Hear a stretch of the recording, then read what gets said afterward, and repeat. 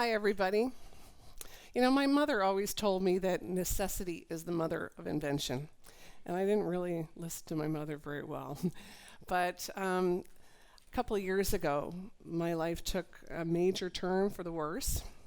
My husband and I were actually on vacation, and we were traveling in Egypt. We like to go on these intrepid uh, places, and he was as fit as a fiddle. He was a little overweight, but so were a number of us.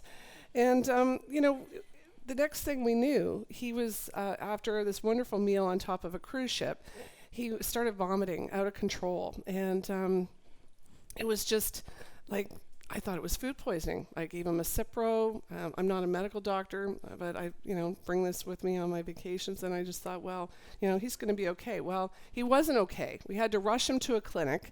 There was no hospital in Luxor, and the doctors diagnosed pancreatitis, which is an inflammation of the pancreas. Well, I thought, okay, well, they'll be able to take care of it, and unfortunately, he got worse. And luckily, we had Medevac insurance, and he was first Medevac to Germany, and there he was diagnosed with a giant abscess in his abdomen that caused because a gallstone had lodged within his bile duct. And this is a selfie I took there thinking, okay, well, we're in a medical hospital now. It has all the resources that are available, and he should be fine. Well, he wasn't fine because they said, inside this giant abscess is the worst bacteria on the planet. And the doctor said, it's Acinetobacter baumannii. And I said, Asawata who? And he said, Acinetobacter baumannii. And he wrote it down, and I looked at this, and I said, I vaguely remember streaking this bacteria on a Petri plate back in 1986 when I was an undergrad at the University of Toronto studying microbiology. And back then, we only needed gloves and a lab coat and no special equipment whatsoever.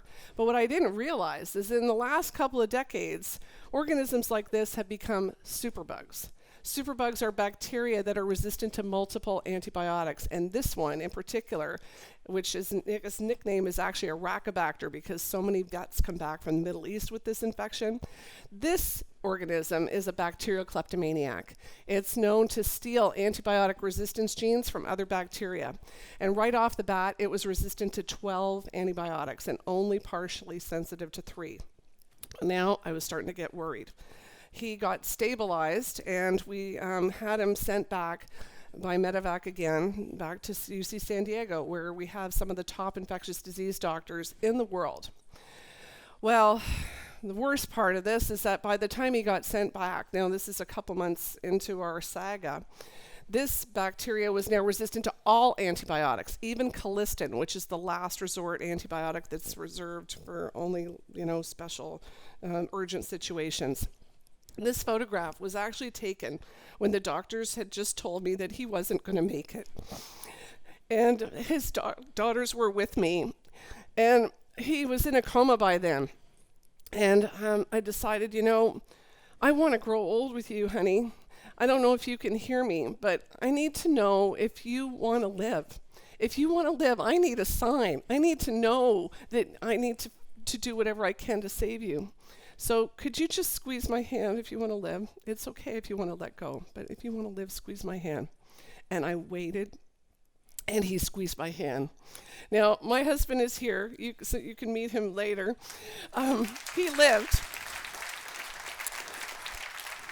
But the way we got to the miracle of him living was pretty crazy because, I'm not a medical doctor. And all of a sudden, when he squeezed my hand, I realized I had to do something. And I went home and I did what anybody would do. I Googled it. And luckily, Google for Scientists is something called PubMed. Many of you might have used it. It's developed by the National Library of Medicine. And I found within a short period of time this paper, which identified something that was just a vague bell that was going off in the back of my head called phage therapy. Now, I knew what phage were because, again, I'd taken microbiology and I'd actually listened in my classroom. And phages, or bacteriophages, are viruses that have naturally evolved to attack bacteria. Okay, and this is actually a scanning electron micrograph of a bacteriophages attacking a bacterial cell. So this is blown up a couple 100,000 times. And these phages almost look like, alien spiders.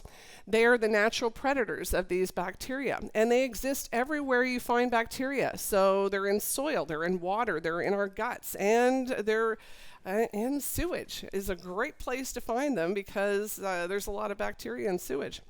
So I got to thinking, this has actually been discovered 100 years ago, but it's not being used here in the West because when penicillin and other antibiotics came on the scene, phage therapy was kind of relegated to the back burner, even though it had been used to treat people. And it's still being used in some parts of the former Soviet Union, but it's not licensed by the FDA. So I went to the doctors at UC San Diego and I said, could we use phage therapy to save Tom? I know that he's going to die otherwise.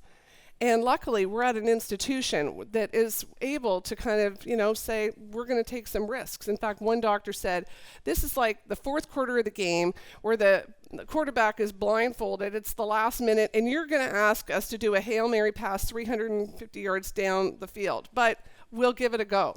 But you have to find the phages that are going to match his bacteria because they're like a lock and key. It isn't just any phage can attack any bacteria. So it's like, oh my God, no, how am I going to do this?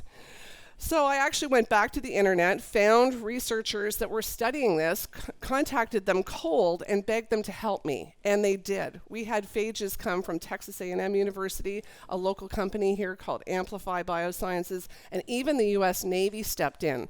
Long story short, but my husband was going into multi-system organ failure the day that the phages arrived and were scrubbed clean at the last minute by San Diego State University. This is him in a deep coma on a ventilator. His lungs were failing. That's why he's on the ventilator. His heart was failing, so he was on 3 different medications to keep his heart pumping. And now his kidneys were failing. And I actually signed the consent form for kidney dialysis the day that we started phage therapy. But 3 days later, after we did this, we actually injected them into his bloodstream. He woke up from a coma, lifted his head off the pillow, and kissed his daughter's hand. Now, nobody could believe this. It was just a real medical miracle, but it didn't stop there. I mean, he was actually released from the hospital and came home and recovered. This is a scanning electron micrograph that was actually produced by Homeland Security. In blue are his bacteria being attacked by the phages that are stained in green. Now, after he came home, his story went viral. It was presented and published in a top medical journal. And we started getting calls from all over the world from people who wanted phage therapy too. Their loved ones had superbug infections. Could they get this? And of course, total strangers stepped up from around the world to save my husband. So I felt like I had to do this too. So I enlisted the help again of the doctors, the Navy, everybody. And we've actually helped many other people. And we have treated 7 other patients here at UC San Diego. 2 of them are below, then gave their permission to have this shown. And last summer, we opened the first phage therapy center in North America here at UC San Diego called the Center for Innovative Phage Applications and Therapeutics, or IPATH. And yeah, it's really wonderful. But it gets better. Because, first, we were acknowledged by Science Magazine by this being a game changer in the field. We were approved for our first two clinical trials, which we'll be launching later this year. But even more exciting, today, I can tell you that today, the first report of a genetically modified phage cocktail to treat a systemic superbug infection in this girl, my new friend Isabel, was published today in Nature Medicine. And it's a world first to be a genetically modified phage that worked in a human being, and it holds hope that synthetic biology and genetic engineering can be brought to phage therapy. And it also holds hope because this organism she had is in the same genus as tuberculosis, Mycobacterium abscessus. And that means we could maybe use phage therapy to treat TB someday. But in order to do that, we need a global village, and we need an ever-expanding library of phages to match these superbugs. My husband and I wrote our story so that we would raise the awareness of superbugs and this 100-year-old forgotten cure that we think holds the promise to tackle the global superbug crisis, because By the year 2050, 10 million people are going to be dying per year from superbugs. That's 1 every 3 seconds unless we do something drastic and there's no antibiotics in the pipeline. So I want to thank everybody for listening to our story. But first of all, I just want to introduce you to my husband. Stand up and wave. The proof is standing in front of you.